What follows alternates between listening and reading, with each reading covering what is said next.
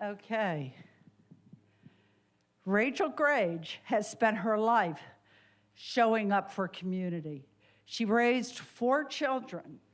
As her family grew, Rachel became increasingly engaged in civic life, paying close attention to how decisions made in Tallahassee and Washington affect everyday life, including the cost of insurance, access to health care, housing affordability, and whether families can remain in the communities they love.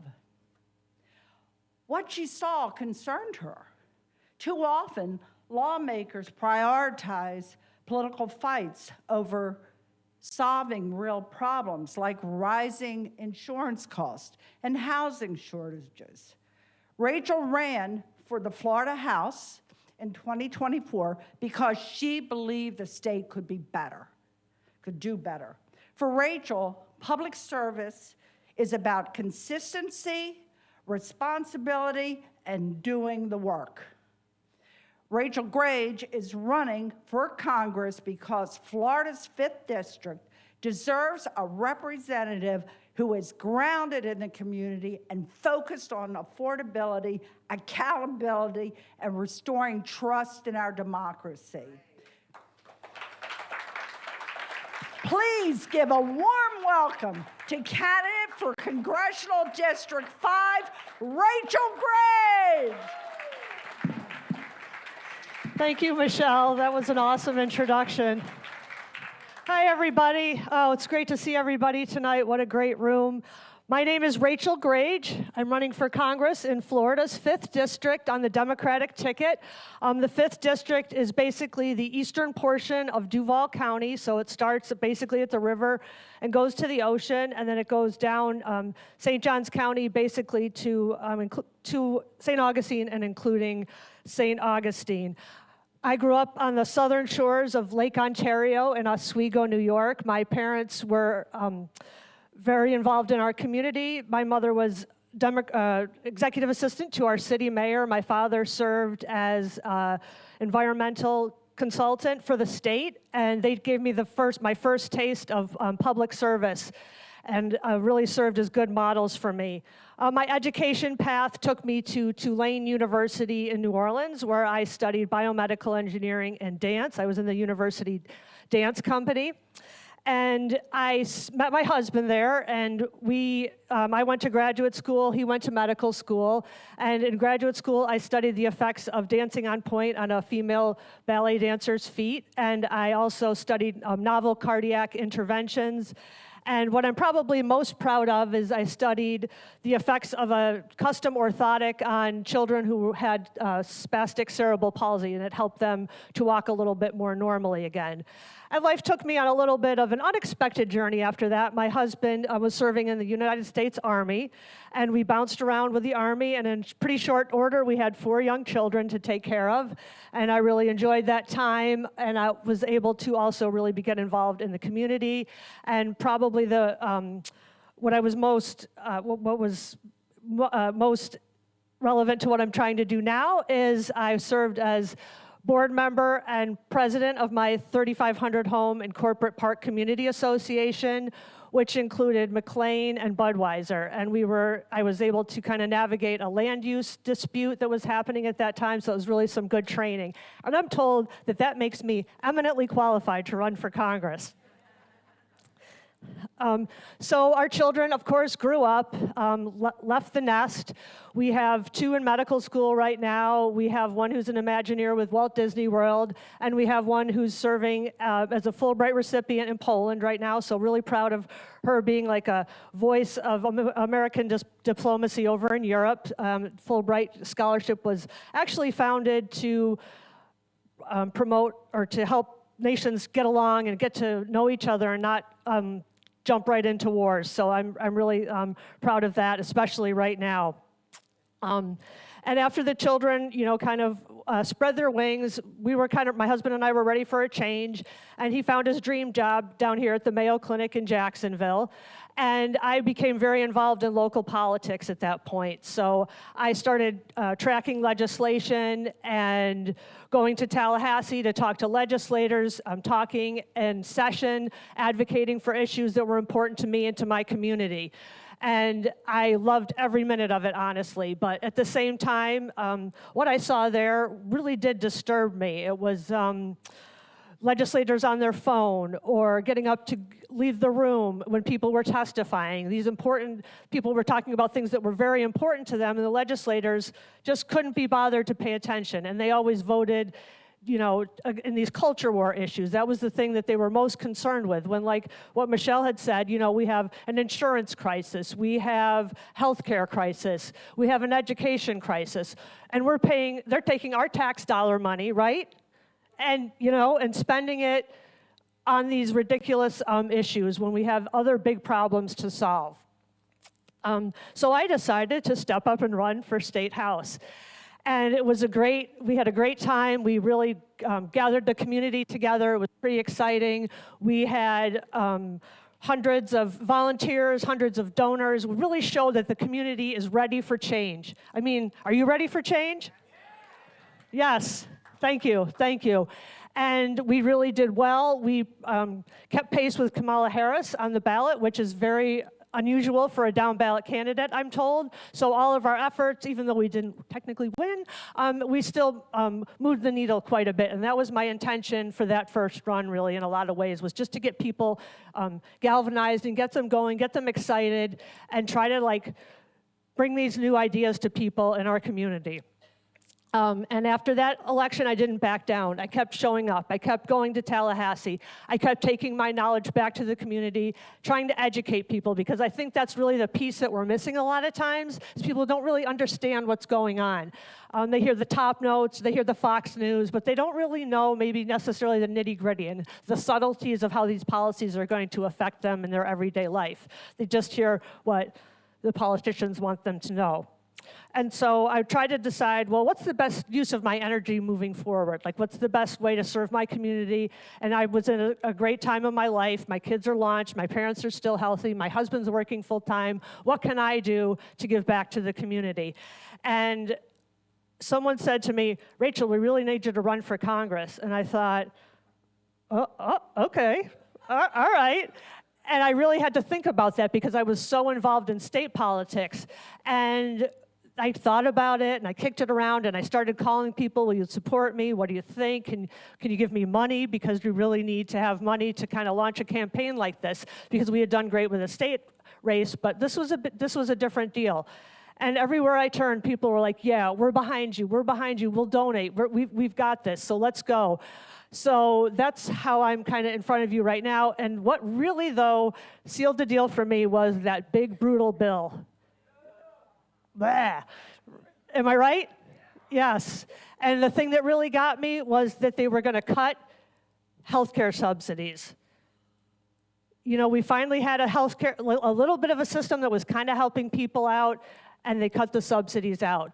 Florida is especially vulnerable because under the DeSantis administration, we never accepted federal Medicaid dollars. So we've got, and I apologize for having my sheet, but the things are changing so quickly that I want to make sure I get the facts right. And we've got 3.5 million Floridians with no insurance, and we've got 4.5 million that rely on the ICA marketplace. That's the highest percentage-wise in the nation. Let that sink in, right? Horrible stuff. And so when the subsidies came into play, what were those people going to do? The subsidy cuts, excuse me. And for instance, I talked to my hairdresser, this wonderful person that will squeeze you in whenever you need to be squeezed in. She's got a line out the door. She's a divorced mom of 2 young kids. And I said to her, what are you going to do, or are you affected by the ACA cuts? And she said, well, Rachel, I don't even have insurance. I don't have health insurance. This woman that works hard every single day to make a life for her 2 kids and her and her 2 kids can't afford health care in the richest nation in the world in 2026? That's embarrassing. We are the only developed nation that runs healthcare as a for-profit industry. And do you know who has the gold plan? Can you guess who has the gold plan of healthcare? John Rutherford, exactly. And he had a chance he had another chance to vote in the subsidies, vote them back in maybe a month ago or so. Did he do it? No, he got his rubber stamp out and said, I'm doing what Trump tells me to do. So there are things we can do. And one of the reasons that we can't afford health care is we're blowing billions on another broken system, immigration. And Rutherford was one of the architects of the original funding of ICE, and he calls that an amazing accomplishment. I think what we need to actually do is pretty simple. We need to dismantle ICE as it is now. They make it sound very complicated. It isn't. We need to dismantle ICE, reestablish due process under law, and formulate a clear earned path to citizenship. Does that sound reasonable? I've been that 37-year-old mom in the minivan. It wasn't that long ago. It could have been me that day. It could have been any one of us. We've normalized fear in this country. You know how many times when you see your phone buzz or something, do you think, is this it? Is this the call? This is the time that I'm going to hear something terrible about one of my loved ones? We shouldn't live like that. There's no reason for it. And we're spending $1 billion a day on this conflict, war, whatever you want to call it. Another unconstitutional endeavor that our president has gotten us into. And who remembers we were told no raised prices, no new wars. It is causing economic disruption across the board. The Strait of Hormuz sees 25% of our oil, 20% of our natural gas, a third of the world's fertilizer, 40% of our generic drugs, and a large portion of our helium production, which sounds like, who cares about balloons? But it's actually cooling off our MRI machines. So we hear the top notes of gas prices, like Michelle mentioned. You know, I just did a video today pointing out that it's $4 and it's only going to go up. Well, fertilizer. When fertilizer goes up, we're not going to be able to afford to fertilize our crops, or if we do, the prices of groceries are going to go even further. They're going to go through the roof. And Rutherford's only public comment was that it was perfectly executed. But what else would you expect from someone who's a war profiteer, who owns stock in Raytheon, Lockheed Martin, General Dynamics? He'll do what the rest of the Epstein class does: profit without consequences. War powers belong to Congress, not any one person.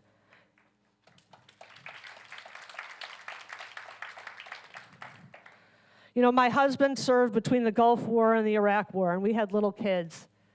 And I was always a little worried, like, what if he gets called into service overseas for some kind of conflict that we just don't even, have any real congressional approval of. And sending our sons and daughters into harm's way, we deserve clear justification, public debate, and a vote in Congress. We need to rein, thank you. We need to rein all this in. I raised 4 kids. I know how to rein stuff in. I'm not going to be one of these Democrats or Republicans that just goes along with the status quo. I'm going to speak up because I'm not tied to corporate interests. I'm not tied to special interests. I am going to be standing there for the people.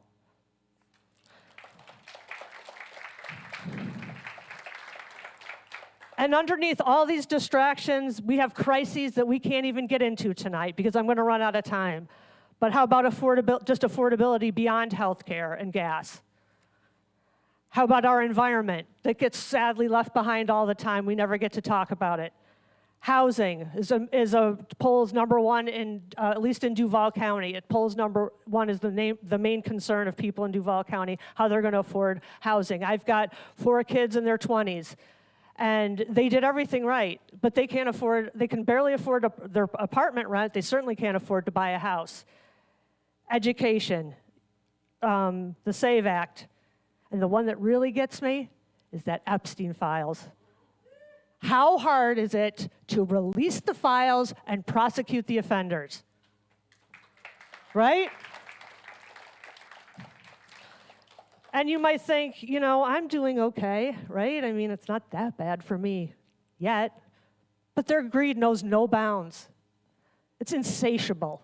We have to stop things now. We can't wait till 28. We have to stop things now in 26.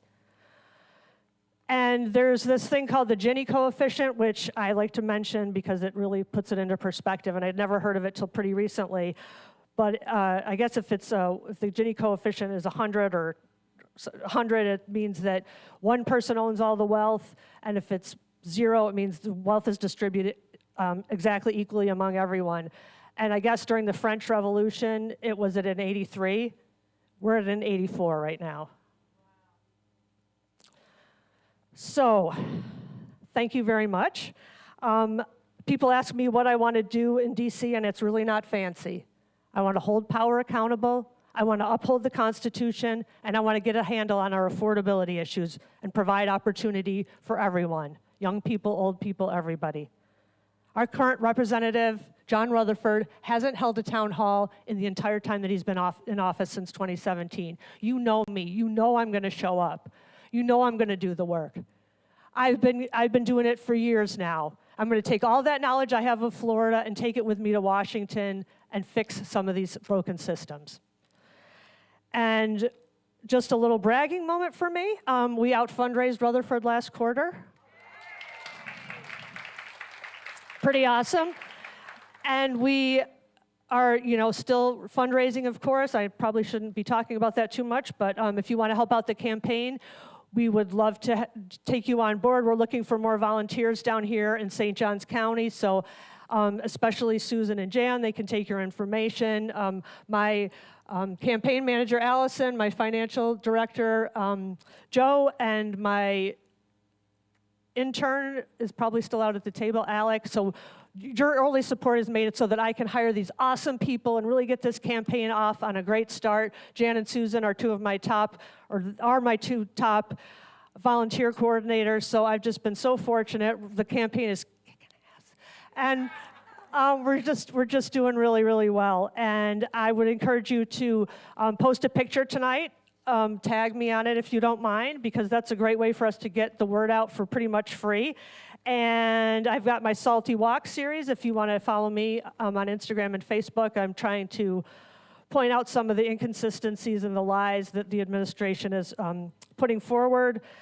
And the district also has changed since Donna ran, because I know people probably think, what does she think she's going to... Because Donna didn't win it, but it was much harder back then because there was a big chunk of Nassau County in the district, so your money and your efforts won't go to waste if you do support me, because we really have a great chance.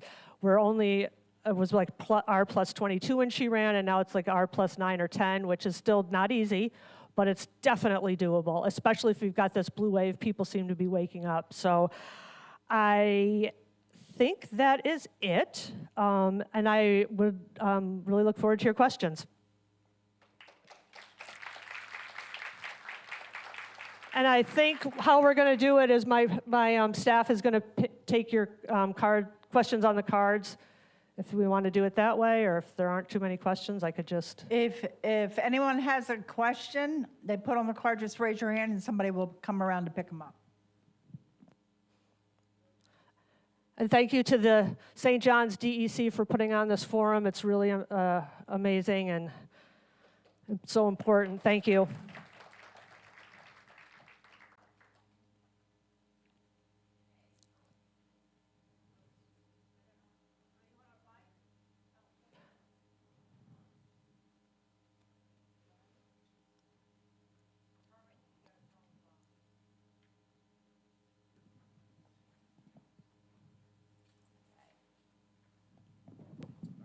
Is it on? Okay. What can we do to stop the SAVE Act? Great question. Well, I hate to go back to the old call your legislators, but I think that's kind of where it's at right now, calling your legislators and, going to the protest on the 28th just to show a strong voice. I've heard that it's unlikely to pass, but we do have the one in Florida that passed, unfortunately, and I guess that's going to go to probably through the court system and hopefully get shot down at somewhere along the line. But that's a great question. Yeah, call your legislators, show up to protest, post on Facebook. Oh, and I actually do have something else to add to that, because I talked to my neighbor who was a 25, 30-year military vet or something, and she was vaguely aware of it, but she didn't really understand the nuances of it, which surprised me. And like I said, it kind of goes back to education a lot of times. You know, educating our neighbors, educating our families to what the subtleties of some of these certain bills and reforms are. So, sorry I don't have a better answer for that. Okay, next question. What are your thoughts on the removal of state property taxes in regard to the economic impact and loss of local services? I can't imagine how we're going to still have services with that policy going into effect. So that is something that would definitely be worth calling your legislators about. It's not gone through yet. I think they're going into special session to try to get fast-tracked, but I think that would be a pure disaster, but it must have some kind of trick where the rich can get richer and the poor can get poorer, is my guess. It's going to affect, it's going to put more, because this state has already got an undue tax burden on the lower income people with sales tax, so this, I think, is just going to make it that much worse. They're going to have to raise sales taxes or something. Otherwise, I don't know why anyone would want to drive around on crappy roads or not. Well, I know they don't want to have good schools, so that'll help them out with that, but yeah. Imagine you're at a town hall with Rutherford and you are asked about comprehensive immigration reform. What would you say? So I would kind of say what I said already. A lot of these things I don't think are as complicated as they want us to believe that they are. I think we need to have abolish ICE as it stands. I do believe we do need immigration control. We don't, we want to fix this problem once and for all, but we have to do it in a fair and a kind and a humane way, which is totally possible, right? I mean, I don't have any doubt that that's totally possible. And as a mom, as a former military spouse, or a military spouse from before, I think that, I can get in there and help them figure that out, and we need to get clear earned path to citizenship so people know so they're not guessing, like, am I doing this right, am I not doing this right, or telling them one thing and then pulling the rug out from under them. Certainly wouldn't separate families, just let's keep it humane. How can you and your supporters attract Rutherford voters? That's a great question, too. So, attract Rutherford voters. I think, just like by having those conversations and talking about the truth behind some of these policies that aren't, it's not obvious necessarily for example, the SAVE Act. Oh, that sounds like reasonable, like people should have proof of citizenship, but we don't realize when we're saying that it disenfranchises certain minorities potentially. So trying to educate our neighbors. And some people just don't want to hear it, but I think more and more people do want to hear it. And I think more and more people are feeling that they were kind of given lied to by Trump and the whole administration. So I think people right now in this moment are especially open to some of those conversations, but I think we have to do it in a very calm and accepting way, even though we want to. We really have to fight that and just try to invite people in under the tent, because really everyone's welcome at the end of the day. If you're willing to kind of come over to this side, we'll have you for sure. So. Next one, this is going to be a short one. Will you take APAC money? No. Thank you, though. Yeah. Are there any more that we missed? Otherwise, I think that we're done. And I'll be here, for a while, so if you have a question for me, I'd be more than happy to talk to you one-on-one. Thank you, everybody.